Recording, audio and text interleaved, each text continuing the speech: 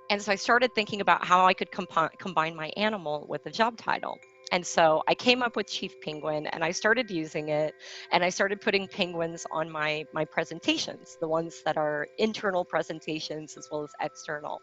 And it kind of caught on, and I think what really kind of culminated in it being so was I was participating in a hackathon that I created with UNESCO and SAP. And UN News picked up what we were working on.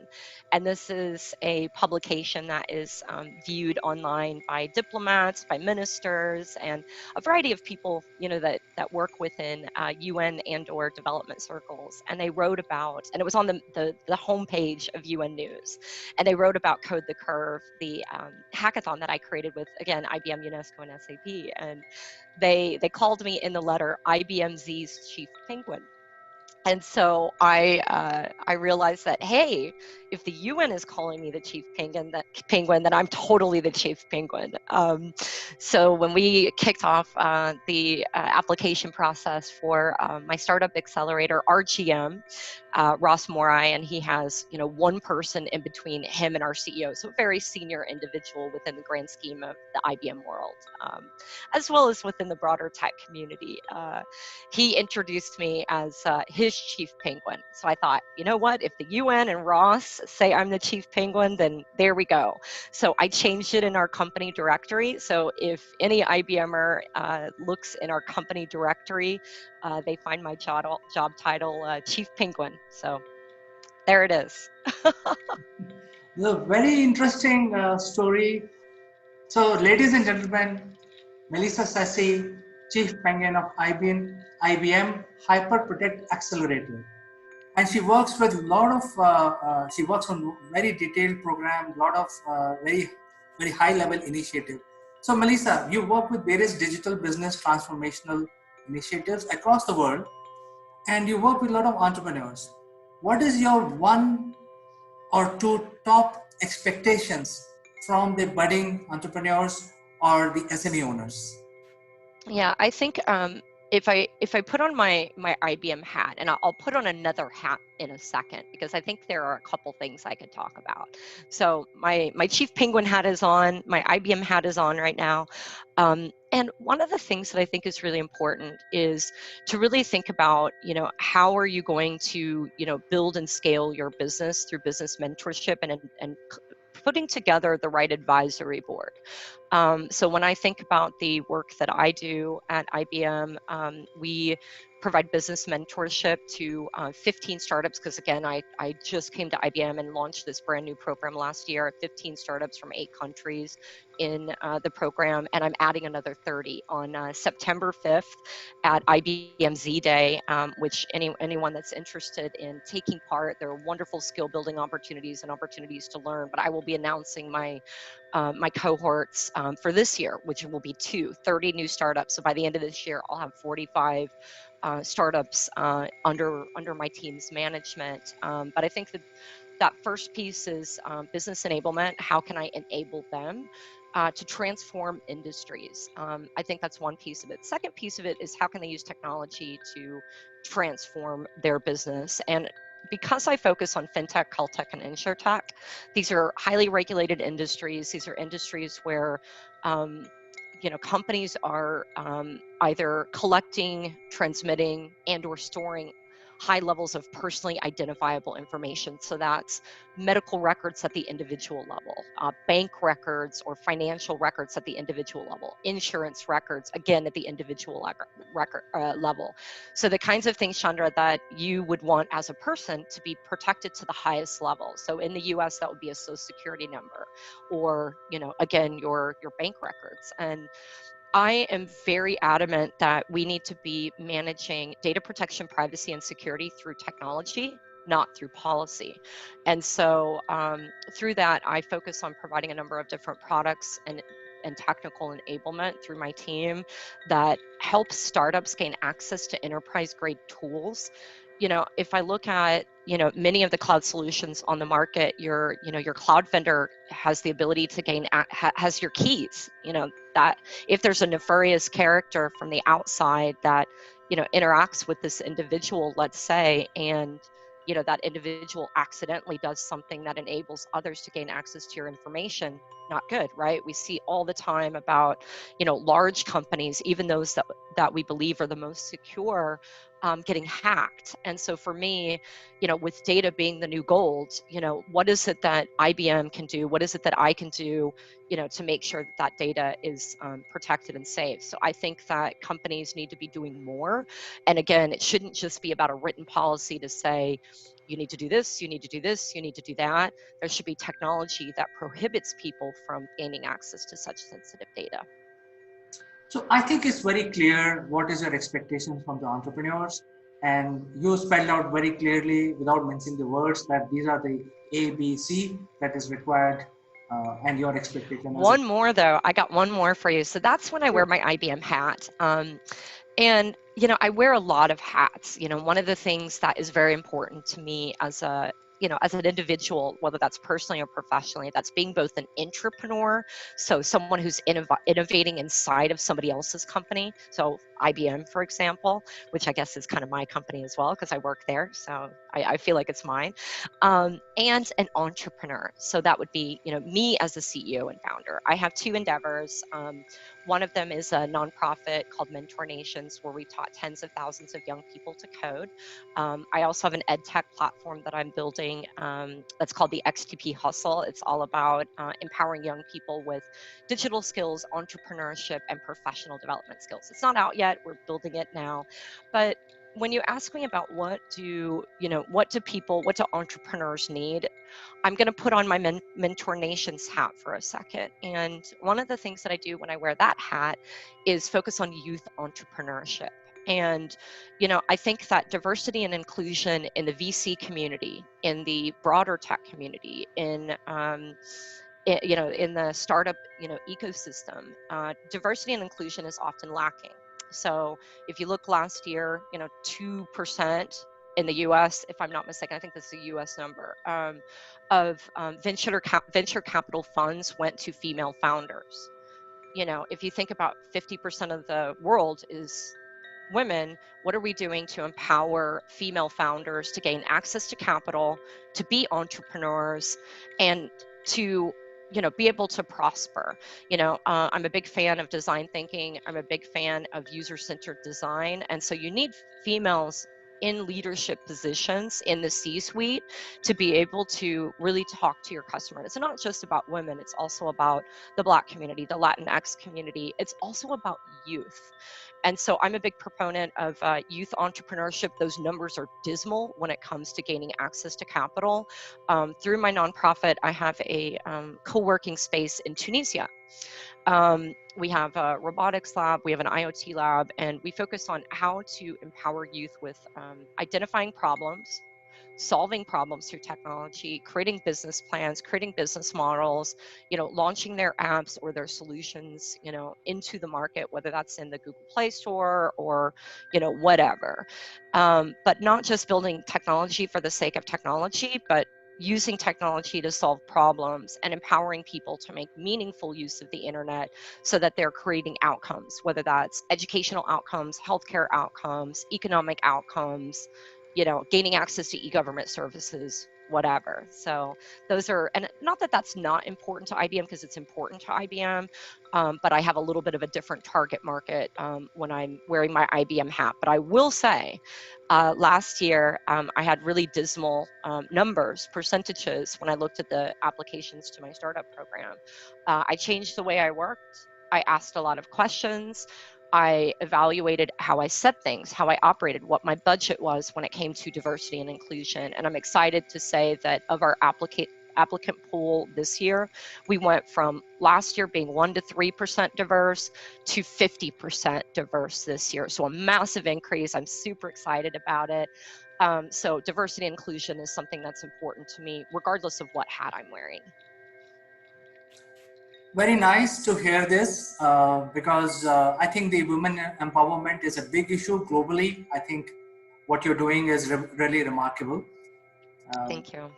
And I will come to what we are doing in the end. I will just give you an update. But for now, Awesome. We have been hearing about from especially, I think you need to wear your IBM hat now because the next question is related to IBM. All right, I got it. It's on. So this is something that we have been hearing about tech for good initiatives or tech inclusion initiatives. So I think our viewers would like to know more about this. Yeah, I think that nowadays, if you ask young people, or it's not just about young people.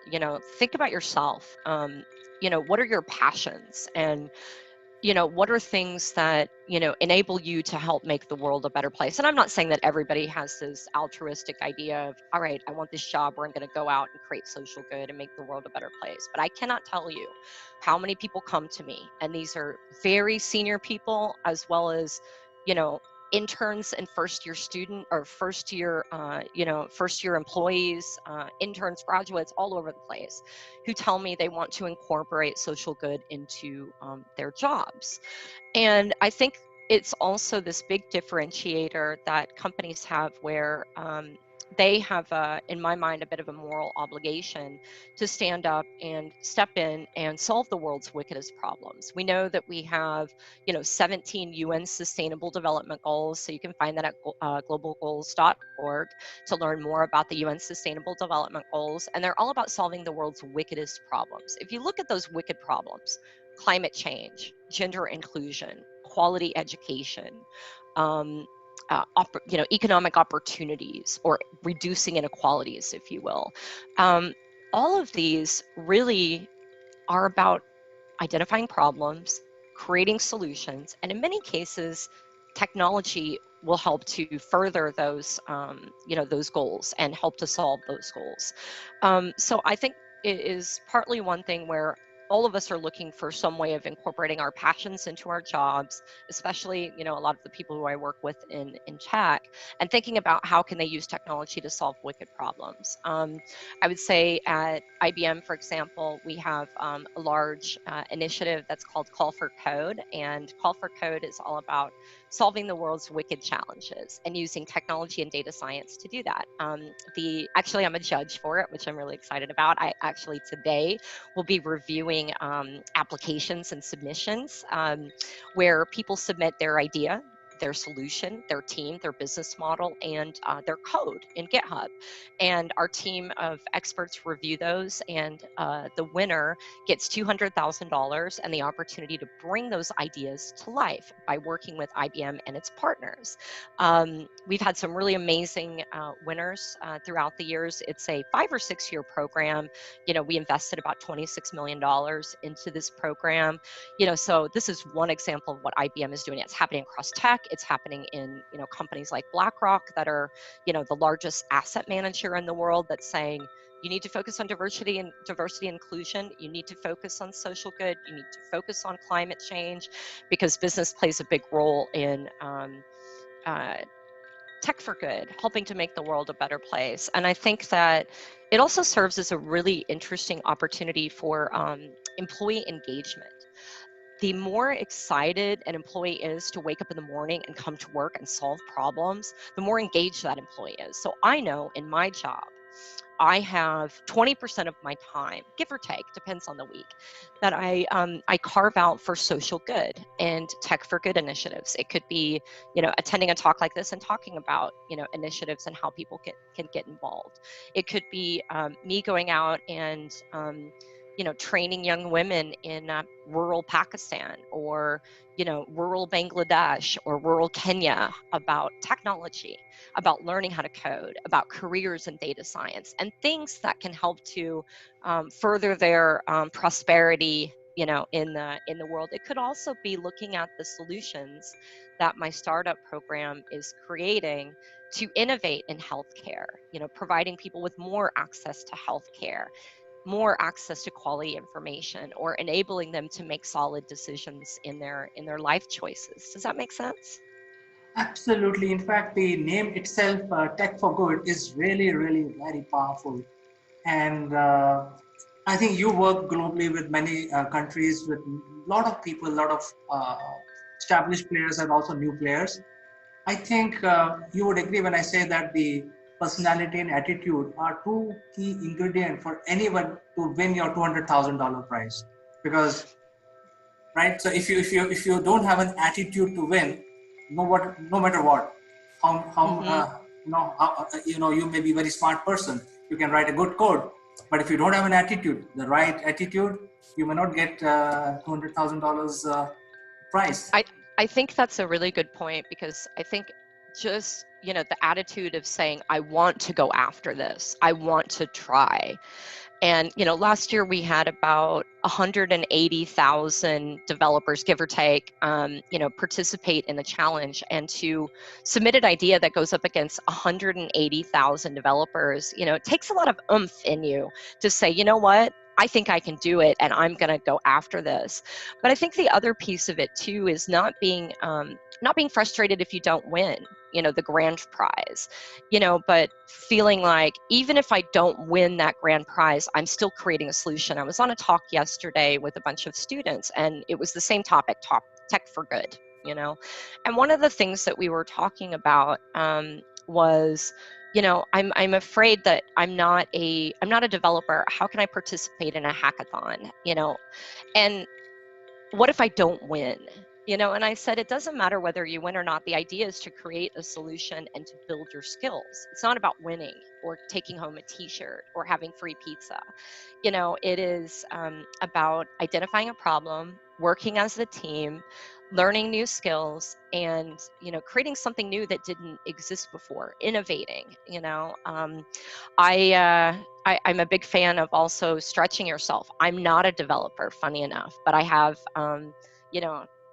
hundreds of developers working in my nonprofit, and I've empowered tens of thousands of young people with computer science and data science. I'm not a data scientist either, but I know enough to, know when I need to pull someone else in to roll up their sleeves and run a coding camp. And for a while, I felt like an imposter. Working in technology because I'm not an architect. I'm not an engineer. I've written one line of code in my life, and that's hello world. For those of us who are technologists, you're probably snickering. And I wrote that at a developer conference, actually at Microsoft Build, because I convinced the senior vice president or the corporate vice president responsible for this developer conference to send me. And I promised that I would write my first line of code, and I did. Now, that's the only line of code I've ever written, full disclosure. I can do a mean hour of code through code.org, but you have to have this attitude of realizing that you're not an imposter, you belong, and that you have to understand, kind of who your squad is. There's no I in team. How do you bring the right team together so that when you think about this concept of, attitude, you think about this concept of infectious love for yourself and, positivity, that you also recognize where your strengths and weaknesses are, and when you need to bring in someone else who might know more about that topic than you do, but also owning when you do know something and owning when you don't.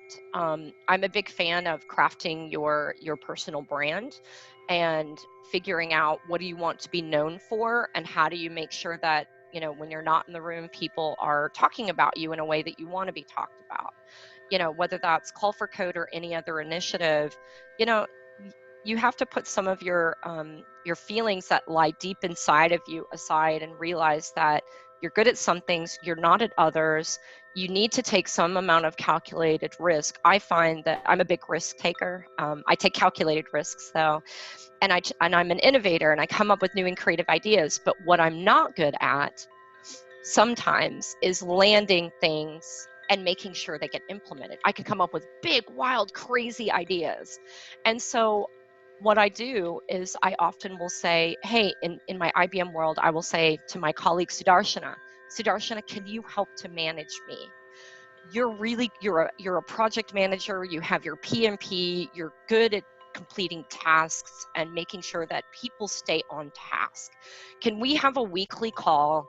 Let's review my spreadsheet. Like, I don't need to, for her to complete my spreadsheet for me, but for whatever it is that exists within my personality, it helps me to have her be on a call with me to say, did you do this? Did you do this? Did you do this? And I think that's the importance of, again, recognizing what are you good at? What are you not good at? How do you identify people who are, good at what you're not good at? Having little experiments to see what works for you and your personality, and taking those big risks to, prosper in your personal or professional life. This is very good. In fact, I just want to share that as an organization, we have started a award for people who can come out. See, basically, what you mentioned is about the attitude and personality. And India being a very large country with more than 1.3 billion people, there are a lot of smart people. And some amazing biryani at that. Yeah, but I don't know. I think I don't know. I think when I talk to my colleagues from India, I'm like, I don't know, man. I've been to Karachi and Lahore, and the Pakistani Karachi is pretty good. I might be creating a war in between India and Pakistan right now. Right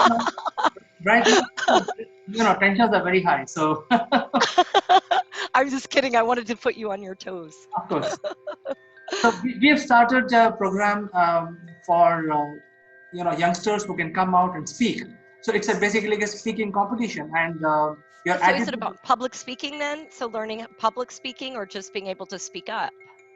It's public speaking because they have to make the video. So it's not only public speaking; it's about your technical knowledge. Can you handle the some interruptions smartly? Can you interview somebody? How is your tech knowledge? Can you make your background lights? Oh, that's super. So it's a combination of everything. And so this is but I will update you about this program after the I can't wait. I can't wait to hear more. I think that if I look at many of the skill building activities that IBM is doing, specifically in India, and obviously IBM is not the only tech company, investing in India. I've seen a lot of really amazing investments, even in the last few months, I think there are many opportunities. So I love that you're focusing on India and public speaking, tech skills. I hope that as you're going about this, one of the things you're thinking about is that concept of, inclusivity. When I look at, the workforce in India specifically, and the amount of women in the workforce, what more can we do to make sure that, women have the skills as well. So I hope that as you're going about your competition, you're really putting some extra effort into diversity and inclusion, and thinking about how do you make sure that you're speaking to and with that female audience too. Actually, we are a young company, but we made sure that we are 50-50. Our ratios Oh, that's great. That's where you start, like looking at your team and how do you make sure that your team is both diverse and inclusive. If your team is not diverse and inclusive, it's very hard to think like your audience. You don't, as much as I'd like to say that I can think like a man, and there are probably many times when people, think that I might have stereotypical, male characteristics, but at the end of the day, I'm not. Just like, I need young people on my team to help guide me when I'm interacting with young people, even though sometimes I feel like a teenager. So, very surprising fact I would like to share with you. The, nominations have started in the contest, and a lot of people are applying. But I'm very surprised to see the almost like 70 to 80% are women. Is that right? That's wonderful. So it sounds like whatever you're doing it right. And India is such a big population. There's just so many people that you could, empower and inspire. Yeah. So the whole idea behind the award is they get creative. They think about their idea. They get the presentation skills. They improve their language. They improve their surrounding. So it's an overall speaking competition, but it's completely done using a video. So is it happening in English, or are you using any of the local dialects?